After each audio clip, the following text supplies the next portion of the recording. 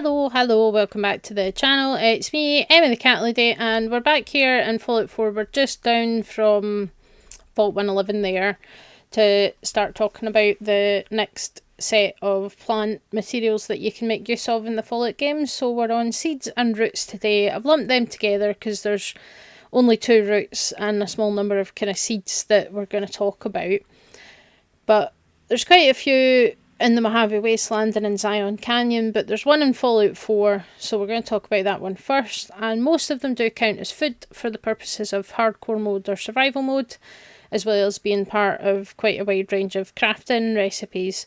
So the one in Fallout 4 is the silt bean, and I say it's hard to miss really because, you know, this is the path down to Sanctuary from Vault 111, so you will come across them pretty much right away as soon as you come out of the vault. But you do find them in a multitude of places across the Commonwealth and also dotted about in Nuka World. It's some kind of legume with these kind of red coloured pods of beans. It's unclear exactly what they're based on, but they're obviously a member of the pea family of plants. So the seeds are known as pulses when they're dried and eaten. And other members of this family include your garden peas, lentils, chickpeas and adzuki beans, among many others. And legumes do have an important role to play in the ecosystem in the nitrogen cycle. So they have these nodules on their roots that are full of a symbiotic bacteria called rhizobia, and they convert atmospheric nitrogen, N2, into ammonia, NH3.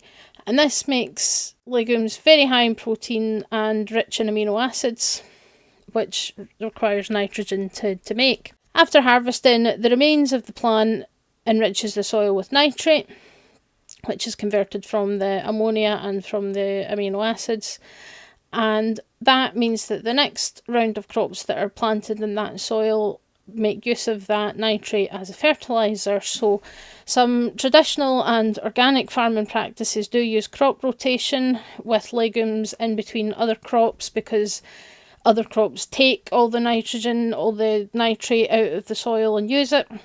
So when you plant legumes, that puts it back into the soil. Or they do polyculture, where they plant legumes alongside other crops, and that helps enrich the soil, which improves the production of the other crops there. So they are a very important part. Instead of using synthetic fertilisers or manure and things, if manure is not readily available, planting legumes in the soil can really improve the soil and improves your kind of production and your crop harvests later on. In terms of food, legumes are an excellent addition to any diet. They have protein, they have a lot of dietary fibre, carbs and minerals. They're also very good for your gut microbiome, so all your good bacteria. And they are an important protein source for people that don't eat meat. And indeed, legumes of some kind have been part of human diets for 70,000 years. And evidence of domestication has been found in the Egyptian pyramids and elsewhere in Europe and Asia from a very long time ago. So silt beans fill a similar role in the Commonwealth. They count as food for your survival mode. You get 10 hit points and 3 rads like most of the others. And you can find a lot of them around this northwestern area of the Commonwealth, so around Vault 111 here and the Ranger cabin in that kind of corner. So you can collect them. Silt bean there. So yeah, it's given me 15 and 1 rad, but again, I might have perks on this character that change that. There are ways you can change what the food does for you. There is one cooking recipe that the silt beans are used for. So I'm just going to make my way back to Sanctuary, and yeah, I'm starting a donut franchise because it's fun. I decided to finally actually get that Creation Club. I think I've got it on the PS4 version, and I wanted it here because I wanted to start a donut franchise. So I've also built an arcade at Sanctuary here just for the fun of it. But anyway, so the Rad Stag stew, just scroll all the way down till we find it.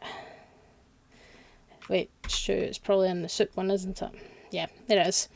So Rad Stag stew You need gourd, you need red stag meat, and you need vodka as well. And you get 150 hit points, and you also get plus 30 energy resistance, which lasts for an hour. Pretty good food item, and obviously counts as food for your survival mode purposes as well. They're also used when you're making pork and beans, unsurprisingly, and also in the Salisbury steak if you use the food processor, which I'm in the process of setting that up somewhere on one of my settlements in this save file. I'm in my free time, I've decided I want to do some redecorating and rebuilding and build up all my settlements in my original playthrough and just have a bit of fun with it. So maybe once I've finished that, I'll take you all on a tour. However, that is the only one that we need to talk about really in Fallout 4. All the rest of the seeds and roots that we're going to talk about come from the Mojave Wasteland. So I'm going to just hop on over to the Mojave to Nevada, and I will meet you there in just a second. There we go, we're back. I decided it probably made the most sense to just come here to the sink, hi Muggy, to the biological research station, because a lot of the plants that we're going to be talking about are grown here, at least the ones that you can find in the wild. And plus there's a hot plate right there, so it makes things a bit easier. So first up, we're going to talk about the pinto beans, which are these little plants here. So they've got these big kind of diamond shaped leaves and the little stalks and things. So the scientific name for pinto beans is Phaseolus vulgaris, and they are another member of the legume family that we were just talking about. So pinto beans are found in the Mojave Wasteland. They are the most common bean grown in northern Mexico and the southwestern United States. They're eaten whole or they're mashed and fried and used as fillings for a lot of Mexican cuisine. They're very nutrient dense. They've got high levels of protein, phosphorus, manganese, dietary fibre and folate or folic acid. And if you combine them with rice and cornbread or maize tortillas, they make a good staple meal in the absence of meat. So nutritionally, they are very, very good. And you do find them in the wasteland. You can find them along the banks of the Colorado and at the NCR sharecropper farms. They're obviously a crop that are preferable partly because of their nutritional benefit, but also probably because they help sort of fertilise the soil for other crops and the next crop rotation and things. So, you know, it makes sense that they would want to grow these. And the biological research station here also does grow them for us. He's just very creepy about it. But yeah, so you get 1 hit point per second for 3 seconds and -5 starvation. There is only one recipe that uses the pinto bean pods as part of the recipe, and that is your mole rat stew. So see if I can find it on the list. It takes a while. There it is. It takes a while to get through it. So we did talk about this briefly about when we were talking about the maize and the corn. So mole rat stew, you need a beer, you need maize, the mole rat meat and your pinto bean pod. You also need a survival skill of 65. And for that you get sort of starting at 2 hit points per second for 30 seconds, but that obviously scales with your survival skill level and also gives you +1 strength for 2 minutes. Again, that scales with your survival. So this character's got survival of 100, so we get strength +3 and +6 hit points per second for 30 seconds. So it's really good healing item. It also reduces your starvation by 30, so it's a good food item as well. Definitely a nice little recipe to make. And then the next one is the pinion nuts, which come from Pinus monophylla, the single leaf pinion tree. So monophylla means single leaf, and it's a kind of pine tree. And the nuts are also known as pine nuts for that reason, because they come from a kind of pine tree. And they're edible seeds. They're not true nuts in that sense. They are just edible seeds, but they have been eaten for a long time. They're very popular in many cuisines. Particularly well-known use is in Italian pesto, but they are used in some sweet recipes and cakes and things as well. So they're very high in fat and they have a decent amount of protein and a good source of micronutrients like manganese, phosphorus, magnesium, copper, vitamins E, K, B1 which is thiamine and B3 which is niacin. They do make a good addition to salads and things like that as well. And the game does acknowledge that they're higher in calories, as you get 1 hit point per second for 5 seconds, so that's a little bit more than some of the other ones do. If I've got any, I don't think I've got any. Is there any here? There might be. Pinion nuts, yeah. So yeah, you get 1 hit point per second for 5 seconds. Again, that scales with your survival skill level.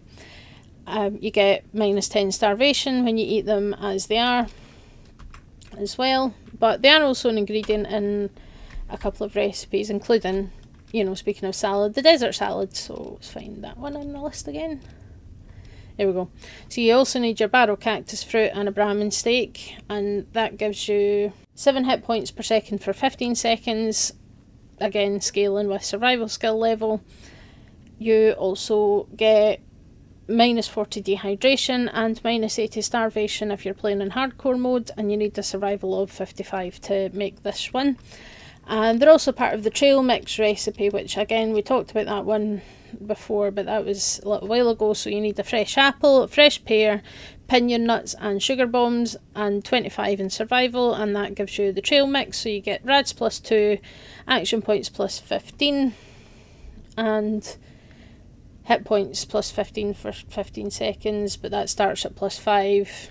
I'd say it's a wee bit different because the survival skill, that's something that does affect this, but it's quite a good healing item, and you get your maximum action points boosted, and it also removes 150 starvation, making it a really good food item to have, although it does have quite a large weight. It weighs 3, so that's quite a lot to carry about with you. And the downside is that the pinion nuts, you can't find them in the wild. You can only get them from traders or find them in containers or on people's inventories. And then the next one is the buffalo gourd, which we don't have here, I think, because of the way it grows. Okay, so for the next plant, it's not one that the Biological Research Station grows, so I've just come here. We're just outside Prim. You can see the roller coaster and the Bison Steve there, and then the NCR's little kind of section there. So you can find these on the roadways and also in the open desert. So this is the buffalo gourd. So you've got these big flat kind of heart-shaped leaves, and then you can see the little flowers on there as well. So this is Cucurbita fetidissima. So it's in the same genus as the gourds that we talked about, your cucumbers, pumpkins, watermelons, all those plants. So they all grow on these kind of vines that stay low to the ground and spread across the ground. And they're in this category because it's the seeds that you're collecting from the plants. It's not the fruit that you're collecting, because the seeds of a lot of the plants in this genus are edible. Watermelon seeds, you usually eat them in the watermelon. Pumpkin seeds, a lot of these ones are edible as well. So there is a few different names for the buffalo gourd. One of them is the stinking gourd, which suggests that it smells bad. I've never encountered the plant, so I don't know. Fetid is a word that means something that smells bad, and that is part of its scientific name, so that's a fair assumption, I think. They can be eaten like squash when the fruit is young. There's one there actually, so you can see the little fruit there. It does look like a tiny little round cucumber kind of thing. But once they've fully kind of grown and matured, they are bitter tasting and they're not really edible. The seeds are edible, but they have to be cooked, so you either roast them or boil them. But also the oil can be extracted from the seeds as well, and up to 65% of it is linoleic acid, which is an essential fatty acid. They're also a good source of protein.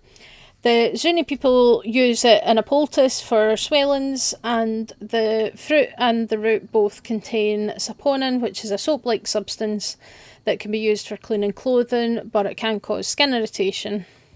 And the oil is used for things like producing biofuels, paints, paper coating and adhesives. In Fallout New Vegas, if you collect them, you get a little bit of healing and -10 to starvation, so they do count as food for that purpose as well. And they used to be part of the recipe for the gecko kebabs, but that was changed with a later patch. And they can also be combined with surgical tubing and survival skill of 30 to make the snakebite tourniquet. So we're going to head back to the big mountain to have a look at that. Yeah, so I said they used to be part of the recipe for gecko kebabs, but that was changed in a later patch. But the Lonesome Road DLC has added a recipe which is interesting that involves them. So just scroll all the way to the bottom. There's so many things that the list is just crazy. There it is.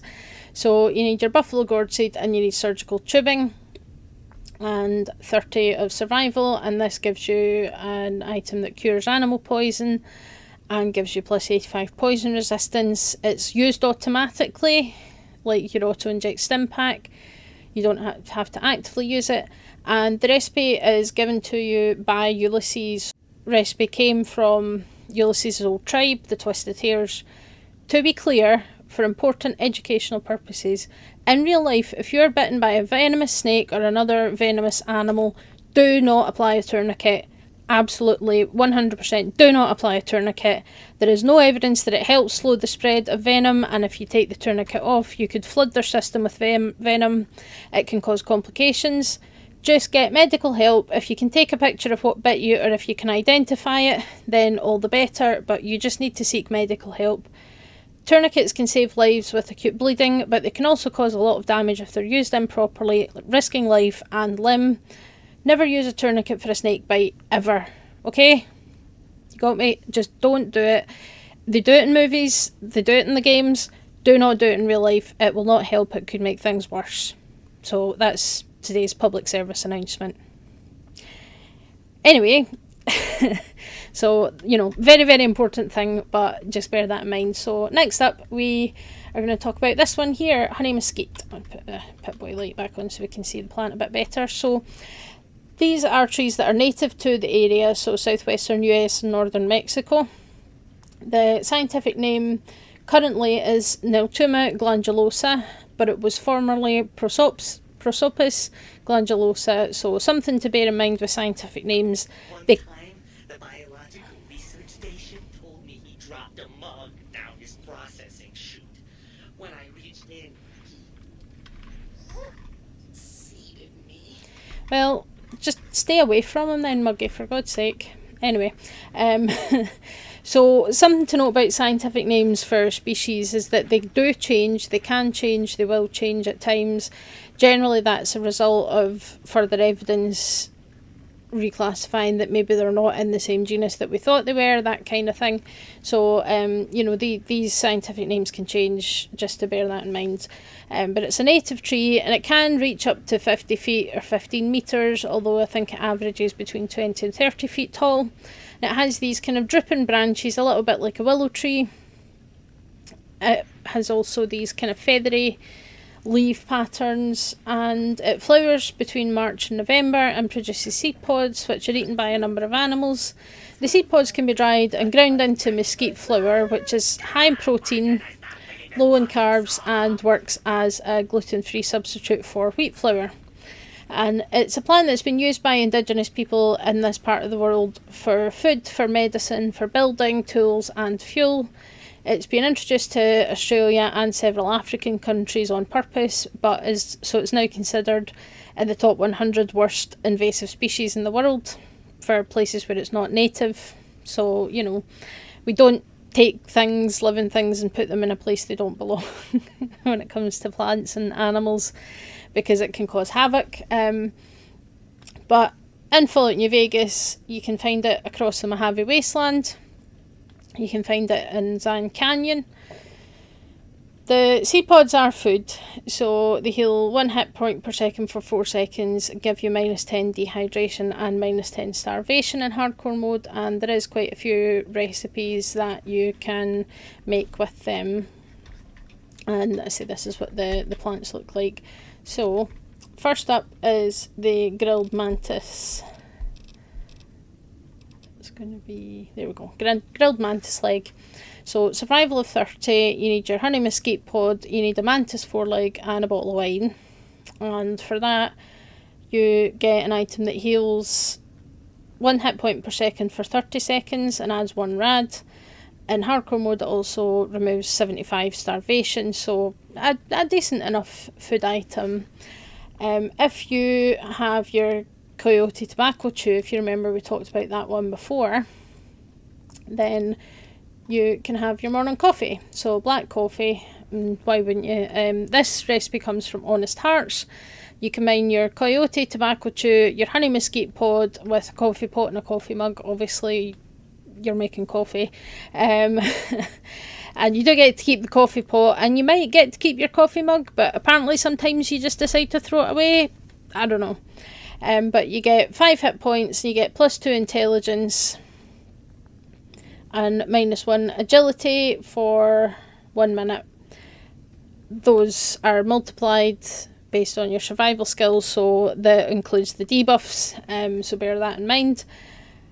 But you also get -20 sleep need, -2 starvation, and +5 dehydration, which is the effect of caffeine. Makes sense, caffeine is a mild diuretic and it can have some appetite stimulating effects as well. But if you're in the mood for something a wee bit more exciting, then you can make party time mentats. There we go. So, you know, something a wee bit more exciting than coffee to help you be human around people, then party time mentats might be the thing to do. So you've got your honey mesquite pod, a dose of mentats and a bottle of whiskey.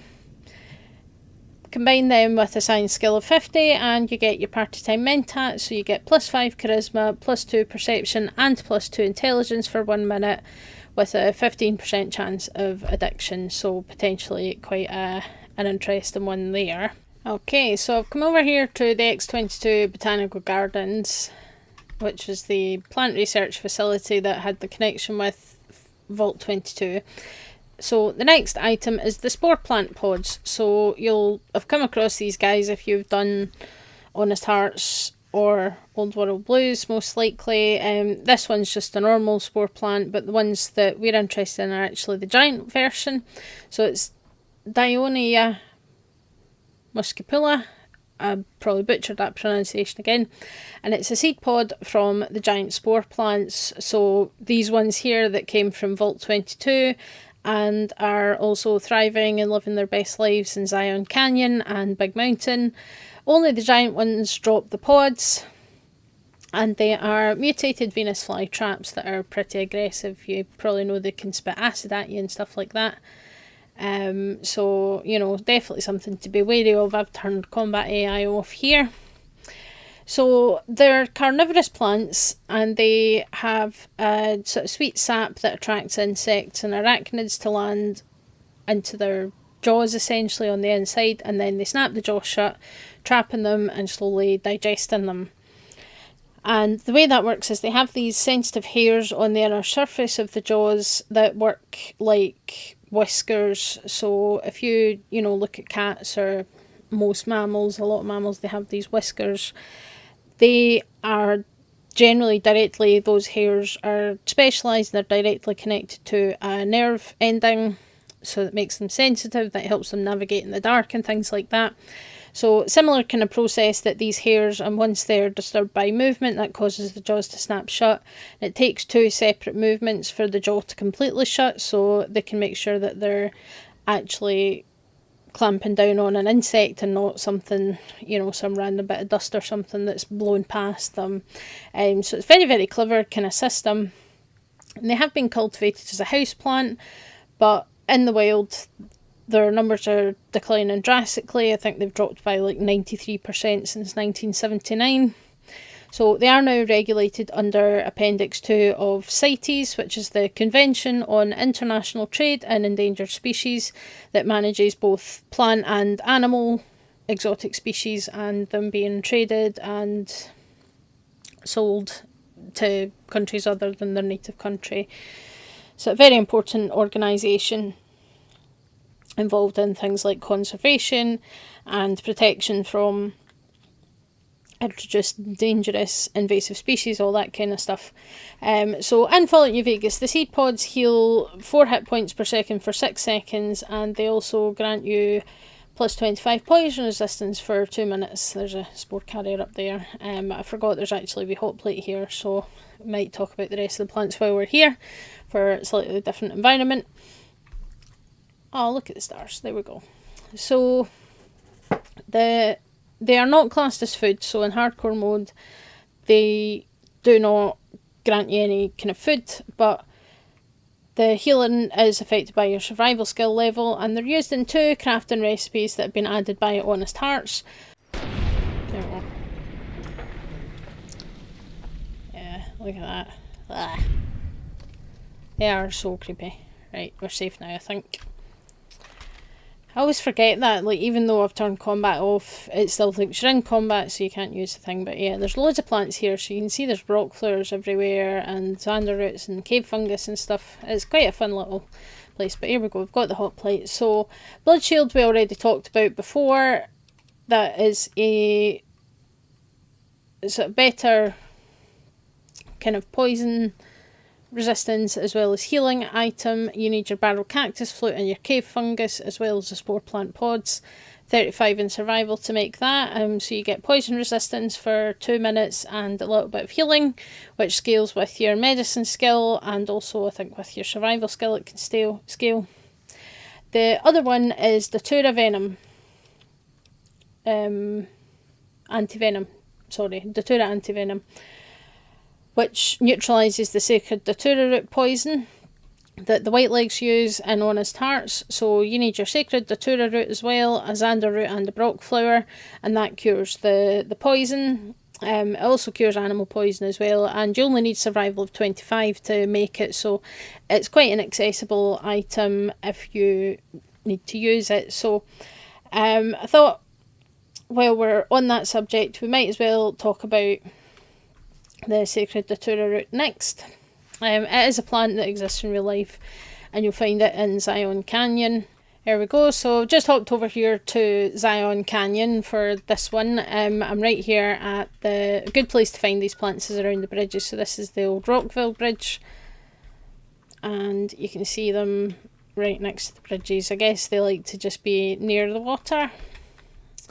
So Datura root here. So the sacred Datura root is Datura wrightii. It's a plant that exists in real life, grown in the southwestern US and Mexico, so it does grow in this part of the world. It's very popular as an ornamental flower, and you can see why. You know, they've got these nice bright green sort of leaves, and then these, you know, brilliant white flowers, so it's definitely pretty to look at. But all parts of the plant are very toxic. They contain anticholinergic tropane alkaloids, which are poisons that interfere with the function of your nervous system. Very similar to what's found in deadly nightshade, belladonna. Definitely not recommended.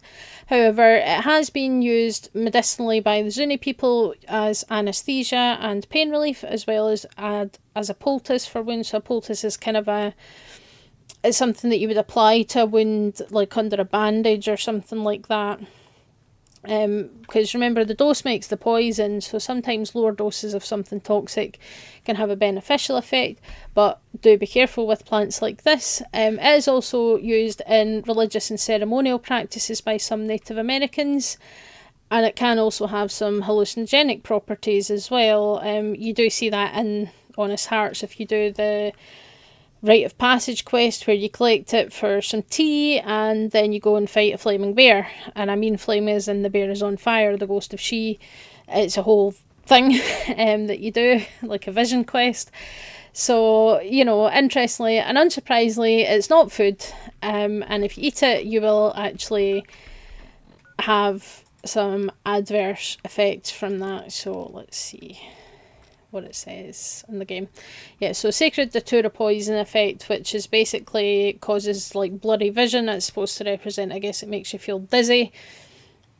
Although on its own it doesn't reduce your hit points, but you also lose perception of 2 for 90 seconds, 30 seconds. And you need to use specifically the Datura anti-venom in order to treat it. So, you know, it's not something that I would necessarily recommend eating. But the game does acknowledge that, you know, like so many plants, there is a dual nature to these plants, that sometimes there's benefits and sometimes there's, you know, helpful uses of something that is also toxic. So we're going to have a look at the recipes. So we're going to head back to Big Mountain for that one. Don't know why the game keeps telling me about bugging the Lucky 38 system. But anyway, so we're back to our hot plate here. So we obviously just talked about the Datura anti-venom, but there are a couple of other things that you can make with this particular plant. So the other side of that being obviously the venom itself, the one that the white legs use, which is dark Datura. So you need 2 of the sacred Datura roots and turpentine and a survival skill of 45. This is the poison that the white legs like to use on their weapons, but you can also craft it and use it yourself. So it causes, if you take the poison, it causes blurry vision, as well as -5 hit points per second for 6 seconds and -2 intelligence for 90 seconds. But it can be helpful to use against your enemies as well. But for beneficial effects, you've got Daturana here, which is a healing item. It restores limb condition, boosts your unarmed damage and your health, and does come at the expense of your agility, so do bear that in mind. And you need a survival of 65, you need a flower, purified water, and your sacred Datura root, and that gives you this item here. If you have high survival, bear in mind that agility debuff is quite significant, so you know that's kind of the trade-off. And it's the same with a lot of these kind of herbal remedies, that you know they have benefits but they also have kind of downsides. So it does also reduce your sleep need a tiny bit in hardcore mode. But what if you want to prevent damage instead of healing it? So we've got you there with this. So you need... there it is. Yeah, so this one is a workbench crafting rather than a campfire crafting for Datura hide. So you need 4 sacred Datura root and wonder glue. Survival of 25, which is quite low.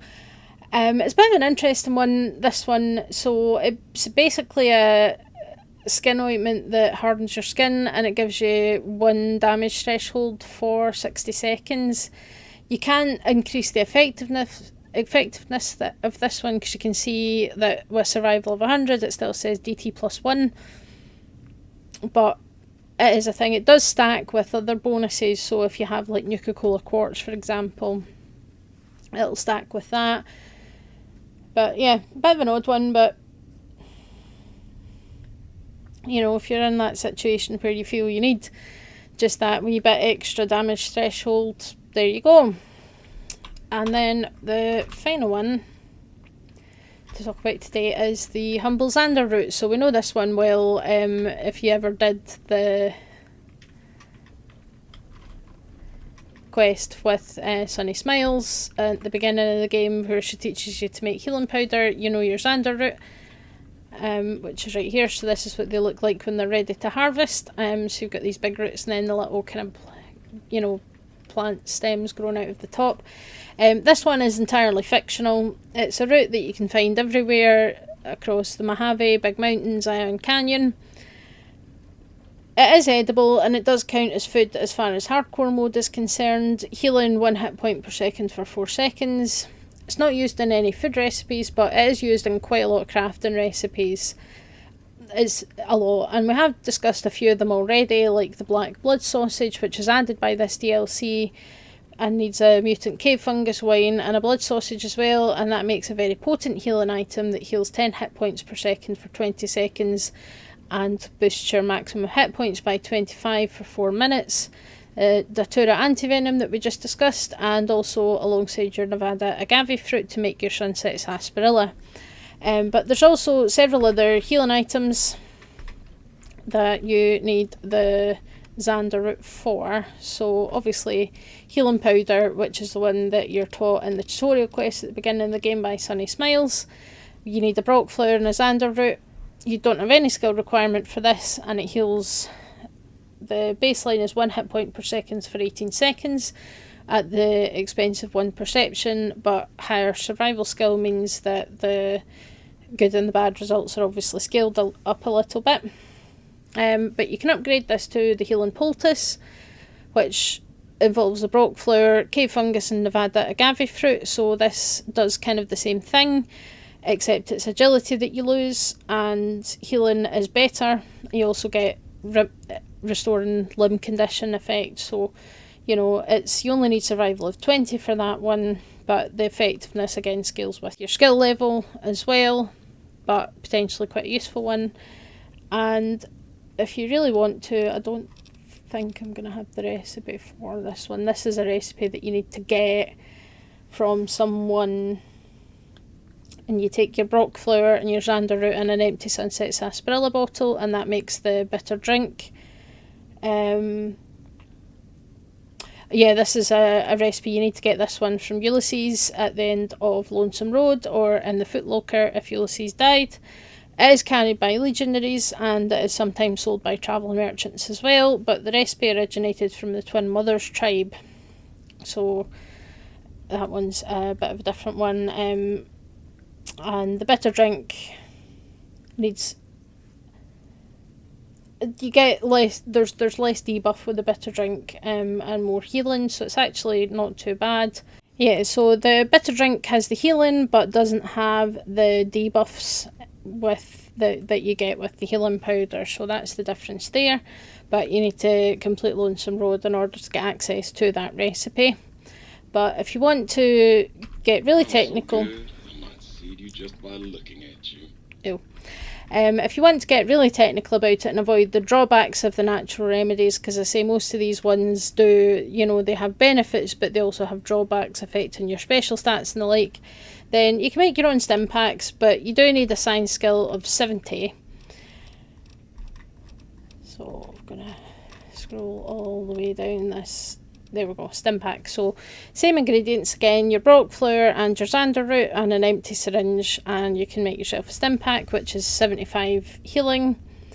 Obviously in hardcore mode it heals over time, and then you can obviously take these and make super stim packs or auto inject stim packs if you have the ability to do that. So yeah, quite an interesting range there. A lot of potentially helpful healing items that you can make with some of these things. Really, really useful and worth thinking about as well. But a lot of the kind of natural healing items, the herbal remedies, essentially do have drawbacks as well. So it's a bit of a balance there. Did you know that communists have an organ behind their eyes that converts salt water into fresh? Or, wait, is that penguins? What? What on earth is that? Oh, anyway, aside from, the book shooting on the difference between communists and penguins, that's us for Seeds and Roots for today, and then next week will be the final part of this section, which is talking about the flowers that you can use. So most of them are actually found in Fallout 4, other than the Brock Flower, which we have talked about a bit today anyway.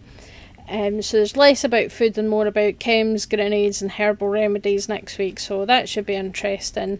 Hopefully you enjoyed this. As always, I love to hear your thoughts in the comments, and I'll see you all next time. Bye.